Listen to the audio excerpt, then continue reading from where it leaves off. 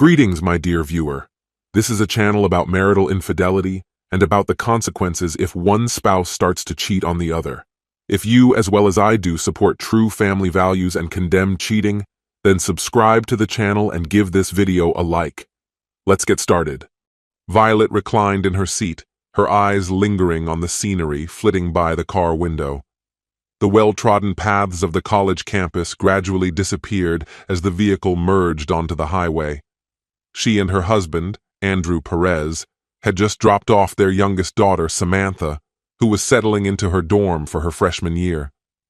The lively chaos of their family home had faded swiftly, leaving behind the unfamiliar quiet of an empty nest, a transition that had taken only 2 short weeks. Her emotions were tangled, a blend of wistfulness and a strange kind of renewal. The story of Andrew and Violet began when they were college sophomores. Violet had fallen deeply in love with him, and from that moment, they were inseparable. By the time they approached their senior year, they decided to marry during the summer break. While Andrew pursued an MBA that extended his studies into a 5th year, Violet took a teaching job at a small private school to support them. Once Andrew graduated, they relocated to his hometown, where he joined his father's modest company as a production manager. The timing couldn't have been better, as his paycheck arrived just in time to sustain their growing family. Not long after Andrew started his new job, their first child, Joshua, was born, arriving 6 weeks into Andrew's role. The couple embraced their new roles as parents with enthusiasm and joy. 2 years later, Samantha came along, completing their family. Violet opted to stay home during their children's early years, but returned to teaching when Samantha started school. She landed a position teaching 4th grade in the same district her children attended. Teaching gave Violet a renewed sense of purpose and kept her busy while her kids were at school. Andrew's father, John Perez, was the heart and soul of Perez Manufacturing, a small fabrication company that specialized in producing high-quality, low-volume components for industries like aerospace. John's engineering expertise was unmatched, known for creating parts with unparalleled precision and reliability, though his work came at a premium. Despite the higher costs, the company's reputation for excellence gave them an edge in the competitive market. John focused on engineering, while Andrew, who lacked his father's technical skills but excelled in business, managed sales, logistics, and client relationships. Together, they transformed the business into a thriving venture. 6 years ago, tragedy struck when John passed away unexpectedly from a massive stroke at just 55. His demanding lifestyle, long hours paired with indulgence in smoking and rich foods, may have fueled his creativity, but ultimately claimed his life. Andrew suddenly found himself at the helm of the company, shouldering the entire burden of leadership. He brought in 3 engineers to fill the void left by his father. While 2 proved capable, one, Nicholas Terrell, demonstrated exceptional talent. Over time, Nicholas rose to become the director of engineering, establishing a partnership with Andrew that mirrored the one Andrew had shared with his father. Yet, this time, Andrew carried the full weight of ownership, leading to exhausting hours and frequent travel. At 40, Andrew remained fit and energetic. His dark hair was streaked with gray, and he kept active through his passions for whitewater rafting and scuba diving. Violet, though not a fan of water sports, enjoyed accompanying him on dive trips, basking on the boat while he and the kids explored beneath the waves. She stayed in shape through activities like Pilates, Zumba, and yoga, maintaining a youthful and toned appearance that often drew compliments. As a teacher, she was popular among parents during back-to-school nights. The transition to having both children away at college felt abrupt. Josh, their eldest, had graduated near the top of his class and was now pursuing a master's degree in nuclear engineering. Samantha, the unexpected prodigy, had graduated high school 2 years early, narrowly missing valedictorian status due to a single B+ in art. She was now beginning a rigorous Ivy League program in pre-med and molecular biology. While Violet was proud of her daughter's achievements, She couldn't help but wish for more time to reconnect before Samantha fully stepped into adulthood. As Violet gazed out the window, Andrew's voice broke the silence. "Do you have any regrets?" he asked. She paused, reflecting, and finally responded, "A few, maybe. But we'll adjust. This is a new beginning." Andrew grinned. "You make it sound so final. With all the technology we have, it'll feel like they're still around." His optimism made her smile, and she nodded in agreement. The rest of the drive was filled with light-hearted conversation about their neighborhood, home improvement projects, and playful banter. When they arrived home, Andrew parked their minivan in the garage beside his Camry and the Corvette he'd impulsively purchased 2 years earlier. Although the car was technically a business expense, it had caused some friction between them. Still, Violet had come to accept it, knowing how much the kids loved the flashy vehicle. Andrew offered to run out for milk, and Violet couldn't help but smile at his thoughtfulness. She waved him off as he roared out of the driveway in the Corvette. Once inside, she headed straight for a hot shower, her body aching from the physical toll of the day and the passion they'd shared the night before. Despite her appreciation for Andrew's many qualities, a sense of emptiness lingered within her. That hollow feeling had crept in 3 years earlier, coinciding with Andrew's increasingly demanding travel schedule. She knew the long hours weren't his fault. His father's sudden death had thrust the company's full responsibilities onto his shoulders, but the distance left her feeling isolated. One evening, while the kids were out and Andrew was away, Violet joined some colleagues for dinner and drinks. The evening led them to a local club, where she found herself dancing with Nicholas Terrell. His energy and charisma drew her in, and they ended the night with a friendly hug and a cab ride home. Over the following weeks, Nicholas invited her to join his group of friends for more outings. Violet accepted, telling herself it was harmless fun. Yet, the secrecy of these gatherings added an edge of rebellion, giving her a small escape from the loneliness she often felt. As she stood under the steaming spray of the shower, Violet couldn't ignore the sensation that her life was at a crossroads. Andrew's devotion had never wavered, but the paths they were walking seemed to diverge. The next chapter of her life had already begun, filled with both uncertainty and the potential for transformation. Whenever Andrew was away on business trips, what began as an occasional pastime for Violet gradually evolved into a consistent activity. Josh, engrossed in his hockey commitments, typically spent his evenings at practice sessions that often ran late into the night, sometimes ending as late as 11 p.m. By the time Violet returned home, Josh had already left, oblivious to her frequent absences. Meanwhile, Samantha presented a more complicated challenge. Samantha, unlike her brother, had no interest in sports. To occupy her evenings, Violet enrolled her in a variety of community college enrichment programs. These classes were scheduled sporadically throughout the week, making Violet's outings unpredictable and less noticeable. She meticulously planned her evenings out, ensuring they coincided with Andrew's trips. During these nights, Nicholas emerged as a crucial companion and confidant. They would share meals before heading out to dance, a time when Violet often vented about Andrew's frequent absences. With a hesitant smile, Violet admitted that dancing gave her a sense of anticipation during Andrew's travels. For her, Nicholas became a steady presence. Gradually, he confided his own frustrations with Andrew, sharing how he felt exploited. Nicholas described how Andrew disregarded proper engineering practices to prioritize profits, often taking credit for Nicholas's innovations without sharing the benefits. Violet, outraged on Nicholas's behalf, suggested confronting Andrew. However, Nicholas cautioned against it, explaining that his employment contract legally handed ownership of all his contributions to the company. Her resentment toward Andrew deepened, both for neglecting her and for his treatment of Nicholas. A comforting hug between them escalated into a kiss. That evening, instead of going out to dance, Violet and Nicholas ended up at his townhouse. Violet refused to see their relationship as an affair, insisting it was rooted in genuine love. The connection she felt with Nicholas was electrifying and freeing.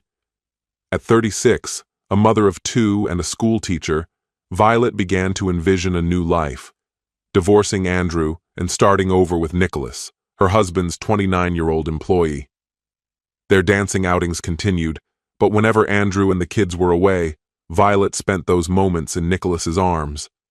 Despite her feelings, two significant concerns held Violet back from pursuing a divorce. First were her children. She had seen the emotional strain divorce inflicted on her students and didn't want her own children to endure the same pain. Andrew, despite his flaws, was a loving father when he was present, and Violet wanted him to remain a stable figure in their lives. Second was Nicholas's suggestion to wait.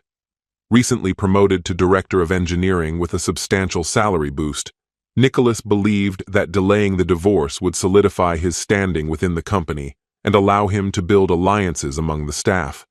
He even proposed that Violet could potentially gain control of the business during the divorce proceedings, enabling them to manage it together as they envisioned.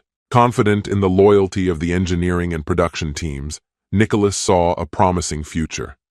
They agreed to wait until Samantha graduated before initiating their plans.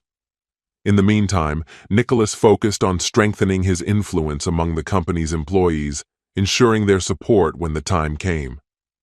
On the night of Samantha's early graduation, Violet felt a mixture of relief and excitement. She and Nicholas celebrated her daughter's milestone and the advancement of their timeline with a passionate night together. The next morning, as Violet stepped out of the shower, she felt an unfamiliar sense of relaxation. Wrapping herself in a towel, she contemplated crawling back into bed, hoping Andrew wouldn't want to celebrate as well. As she entered the walk-in closet she shared with Andrew, her tranquility shattered. Turning to grab her robe, she froze. Andrew's belongings were gone. Frantically, she checked his dresser and found it empty. In a panic, she searched the bathroom, only to discover his personal items missing there too. Her heart racing, Violet ran downstairs. The kitchen looked undisturbed, but in the family room, she noticed several photos missing from the wall, and Andrew's collection of movies gone. When she entered Andrew's home office, she was met with an empty space. He had cleared it out completely. The realization struck her like a thunderclap. Andrew had left. He had waited for Samantha's graduation and then disappeared. A horrifying possibility crossed her mind. Andrew might have discovered her relationship with Nicholas and their plans. Desperate, she rushed back upstairs to retrieve her phone and call Nicholas. Entering the bedroom, she stopped abruptly. On the bed lay an envelope atop a DVD. Her name was scrawled on the front in Andrew's handwriting.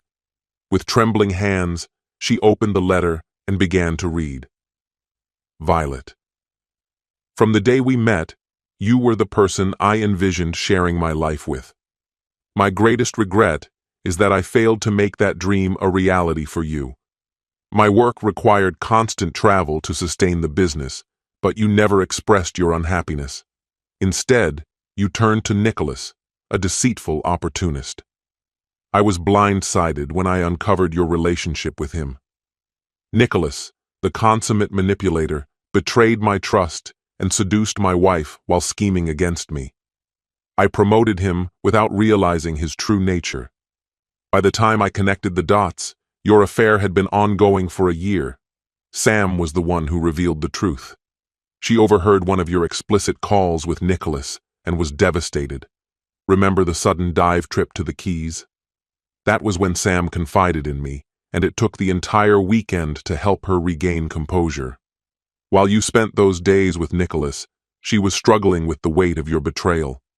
Sam's determination to graduate early was her way of escaping this nightmare. She begged me to stay until then, and I did. I told Josh after his graduation, and he too was heartbroken. Both of them are in counseling now, though I doubt Sam will ever forgive you.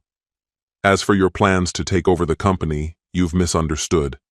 The business is owned by a family trust, with shares belonging to me, Josh, and Sam. It is not marital property and won't be part of any divorce settlement. The trust's board, composed of my children and me, has complete control. I have already set everything in motion. On Monday, the employees will learn of a major shift, but you'll have to find out the details yourself.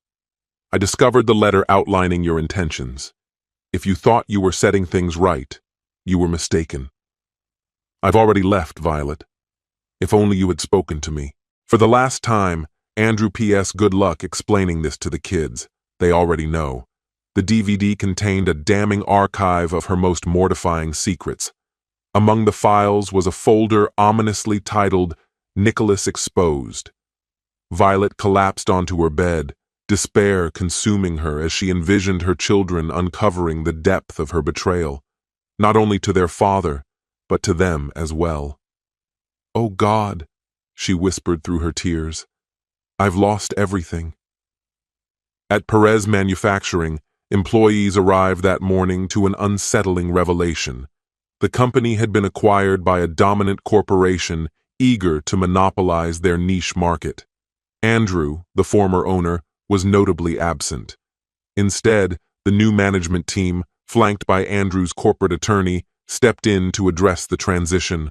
For most of the workforce, the announcement brought relief. Long-serving production and support staff were assured of their pensions and offered either 5 more years of employment or a buyout equivalent to their remaining tenure.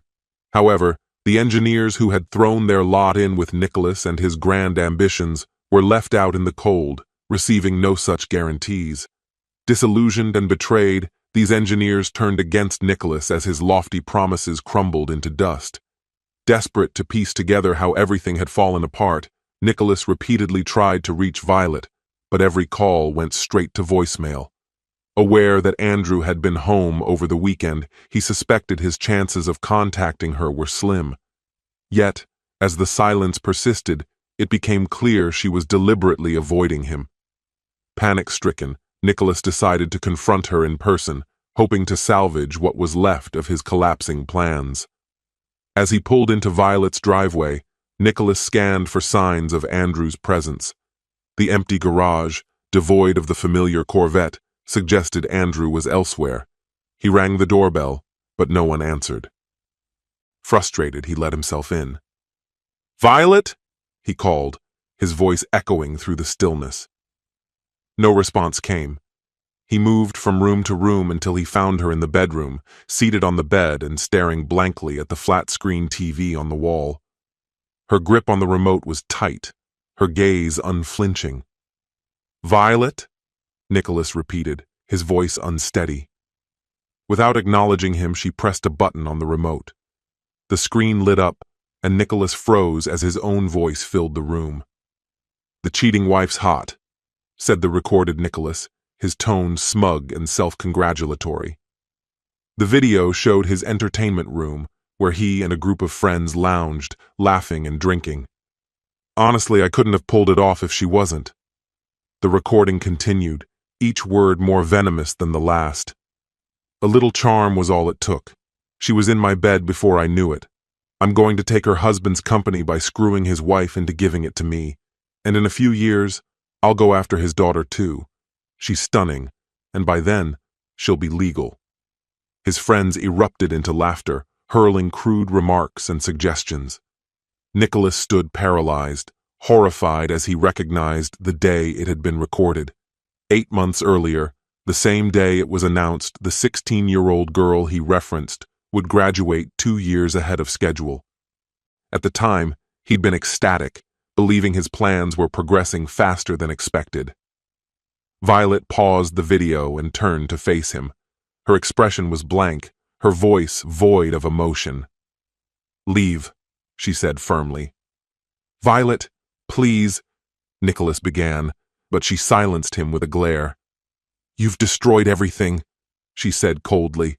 "Andrew's ruined us both, and you've ensured there's nothing left. If Andrew hadn't taken his 46 sour with him, I'd have shot you the moment you walked in. Then, I'd have turned it on myself." Nicholas stood speechless, his mind reeling. Violet turned her attention back to the wall. "Just go, and don't expect to work in this industry again. Andrew will make sure of it." Her tone was final, leaving no room for argument. Time blurred as Violet sat motionless, and when she finally turned back, Nicholas was gone. She never saw him again. By Tuesday, Violet received the divorce papers. She wasn't surprised by Andrew's even-handed approach. The settlement was straightforward, an equal division of their assets, granting her their $1.2 million home, while Andrew retained the majority of their long-term investments.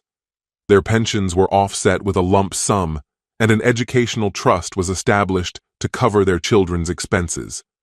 In exchange for this fair arrangement, Andrew required no alimony and assured that the videos would remain buried. The custody agreement awarded Andrew full rights to Sam, though with her approaching college years, the decision was mostly symbolic. What broke Violet most was the personal note from her daughter. Written in Sam's familiar, sweet handwriting, it read, "I refuse to spend the next 2 years of school breaks with my mom and her lover, Nicholas." Those words struck deeper than any video ever could. Violet clutched the letter, feeling her heart shatter anew. My friend, and this is the end of the story. If you liked this story, then put your royal like and subscribe to the channel. May the force be with you. Greetings, my dear viewer. This is a channel about marital infidelity and about the consequences if one spouse starts to cheat on the other. If you, as well as I do, support true family values and condemn cheating, then subscribe to the channel and give this video a like. Let's get started. Caroline had always prided herself on being in control of her destiny. She had shaped her life with precision, building what seemed to be a flawless reality alongside Marshall, her devoted husband. His steady loyalty often left her astonished, and their long-standing marriage appeared to rest on a love that had no boundaries. Yet, beneath the surface of her seemingly perfect life, a persistent unease had begun to stir, a quiet but insistent discontent she couldn't ignore. She spent years trying to silence it, reassuring herself that the life she shared with Marshall was everything she could ever need. One evening, as they sat across the table from each other, Caroline watched Marshall move through their familiar routines with effortless comfort. It struck her then that there was something unresolved within her, a part of herself she had never dared to confront. The thought had first been planted by her friend Evelyn, whose words now echoed in her mind. "It's liberating," Evelyn had said with conviction. "You'll discover a new version of yourself, and Marshall will still love you through it. Trust me." At first, Caroline dismissed the idea entirely, her doubts overpowering any curiosity. But Evelyn's stories lingered. Each account of personal freedom and fulfillment nudged Caroline closer to a realization she hadn't wanted to face. Over time, the idea began to take root, growing into the possibility that this might be the answer she had been searching for all along. By the time she decided to act, she felt as though her course was already set. "Are you certain about this?" Evelyn had asked her earlier that day, her voice tempered with caution. "Marshall isn't exactly the most adaptable person." Caroline's reply had been firm, even though the tightness in her chest betrayed her nerves. "He loves me," she said resolutely. "He'll understand. This is just something temporary." Evelyn had offered an encouraging smile, her voice steady. "He will. Just hold your ground. He might struggle at first, but he'll come around. This is about you finding yourself." Those words stayed with Caroline as she prepared for the night ahead. Despite her determination, doubt still lingered, an ever-present whisper in the back of her mind. But her decision was made. There was no turning back now. That evening, as she and Marshall sat down to dinner, she struggled to keep her emotions in check. Marshall, as usual, was attentive and charming, blissfully unaware of the impending storm that would soon shake the foundation of their carefully built life. Their conversation drifted through mundane topics, work, future plans, as though everything was perfectly normal. "Marshall, I love you," she said suddenly, her voice quiet but deliberate as she reached for his hand. "I love you too," he responded without hesitation, leaning over to kiss her cheek. Caroline hesitated for a moment, doubt threatening to overwhelm her resolve. Could she truly go through with this? But Evelyn's encouragement echoed in her mind, solidifying her determination. This was the moment. After dinner, Caroline insisted that Marshall relax in the living room while she cleared the table. The brief solitude allowed her to gather herself for the conversation ahead. Once the dishes were done, she poured herself a glass of wine, her trembling hands betraying her inner turmoil. Taking a deep breath, she walked into the living room, where Marshall sat flipping through a magazine, completely oblivious to the weight of what was about to unfold. "Marshall, we need to talk," she began, her voice steady but firm. Marshall looked up, a curious expression on his face. "What's on your mind?" he asked. Caroline inhaled deeply, choosing her words with care. "I've been thinking a lot lately," she began. "We've talked about starting a family, but there's something I need to do first." Marshall's brow furrowed slightly. "What is it?" he asked, his voice cautious yet patient. She felt her heart racing but pressed on. "I need to explore a part of myself that I've neglected for too long," she admitted. "I'm going to see other people for a while, just temporarily. This is something I need to do for me." Marshall's expression froze, unreadable. A heavy silence filled the room, the weight of her words settling between them. Caroline braced herself for his reaction, expecting anger or disbelief, perhaps even heartbreak. But when Marshall finally spoke, his voice was calm and measured. "Are you serious?" he asked quietly. Caroline nodded, her resolve unwavering. "I am.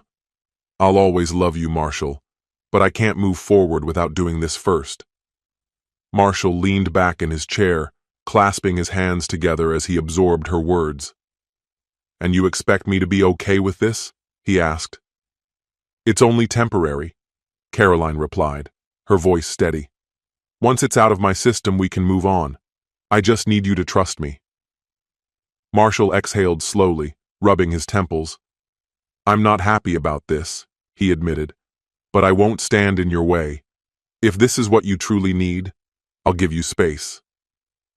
Relief washed over Caroline, tempered by a flicker of guilt. She had anticipated resistance, anger, or pleading, but his calm acceptance left her feeling uneasy. Marshall's name echoed through the stillness of the house, Caroline's voice reverberating off the barren walls. She paused, straining to hear a response, but the silence that followed was absolute, almost suffocating. Moving methodically, she searched the living room, peeked into the kitchen, and even checked the unused spare bedroom. There was no trace of him anywhere. Her unease deepened as she approached the front door and found it ajar, swaying slightly, its lock unengaged. Stepping outside, Caroline's eyes darted across the street, scanning for any sign of him. The sidewalk was empty, and the driveway was vacant. His truck was gone. A gnawing sense of dread took hold, wrapping itself around her chest. Her phone buzzed suddenly, startling her, and she fumbled to pull it from her pocket. Hope flared briefly, but it was extinguished when she saw the message. The sender was an unfamiliar number, and the text read chillingly, "Enjoying your newfound freedom?" A cold shiver crept up her spine. Her fingers trembled as she dialed Marshall's number, her breath catching in her throat. It went straight to voicemail. She tried again, only to be met with the same result. Her thoughts raced uncontrollably. Had he left for good? Was he angry enough to walk away without a word? She recalled Evelyn's reassurances, her friend's confident claims that Marshall's temper would cool. But this felt different. It felt final. In the days that followed, Caroline's desperation mounted. She called relentlessly, left voicemail after voicemail, and flooded his phone with text messages. She even reached out to his friends, hoping someone might know where he was. But her efforts yielded nothing. Marshall had vanished as though he had never existed, leaving her to stew in a toxic mix of confusion and dread. Each unanswered call was a fresh wound, each passing day an unrelenting torment. Her worry gave way to anger. How could he do this? How could he disappear without so much as a word? By Friday, Caroline was a hollow shell of herself, drained from the emotional turmoil. She dragged herself to work, her thoughts consumed by Marshall's absence. But that morning delivered a blow she hadn't anticipated. Sitting on her desk was an envelope bearing her name, written in Marshall's unmistakable handwriting. Her heart raced as she tore it open, dreading what lay inside. What she found made her stomach drop: a divorce petition. The document was brutal in its precision. Marshall's accusations were spelled out clearly: infidelity, irreconcilable differences. Attached to the petition was an itemized list of evidence: photos, videos, and recordings. Each one meticulously documented her betrayals. The clandestine meetings, the hotel liaisons, the hushed conversations. It was all there, laid bare in painful detail. As she flipped through the pages, her hands shaking, she realized the extent of his knowledge. He had known everything. The thoroughness of his preparation was staggering. While she had believed she was in control, Marshall had been quietly gathering evidence, setting the stage for this exact moment. But the most devastating part was yet to come. Toward the end of the document, Marshall's demands were laid out in stark terms. He wasn't just seeking a divorce. He wanted full custody of any future children, a significant alimony payment, and for her to cover all legal expenses. And then there was the final, crushing clause. Caroline was to vacate their home. Everything they had shared, their house, their possessions, their assets, was to be transferred to Marshall. She had until the end of the month to leave, with no exceptions. It was a complete dismantling of her life. Everything she had thought was secure had been stripped away in one calculated move. The realization hit her like a tidal wave. She had underestimated Marshall in every possible way. The days that followed were a chaotic blur. Caroline made frantic phone calls, desperately trying to salvage the situation. But Marshall's silence was unyielding. He ignored every message, every voicemail, every plea. It became excruciatingly clear that he had made up his mind and had no intention of looking back. And then, just when she thought things couldn't get any worse, her workplace became the epicenter of another disaster. A phone call from HR revealed that the company had been served with a lawsuit. The allegations were severe: unethical behavior and violations of company policy. Caroline's name was prominently featured in the complaint, alongside those of her colleagues and lovers. Calder, Josh, and even Evelyn were implicated. An internal investigation had begun, and her professional reputation was in tatters. The career she had once been so proud of was now on the verge of collapse. Marshall's retribution was total. He had dismantled every facet of her life, leaving nothing untouched. Her carefully constructed world had been reduced to rubble, and there was no escape from the consequences of her actions. She had been so certain of her ability to manipulate him, so confident in her control over their relationship. But Marshall had been steps ahead all along, orchestrating her downfall with chilling precision. In the end, Caroline was left to face the wreckage alone. Her apologies and pleas for forgiveness went unanswered. Marshall had moved on, his vengeance complete.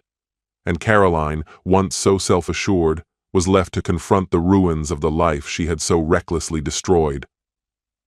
My friend, and this is the end of the story. If you liked this story, then put your royal like and subscribe to the channel. May the force be with you.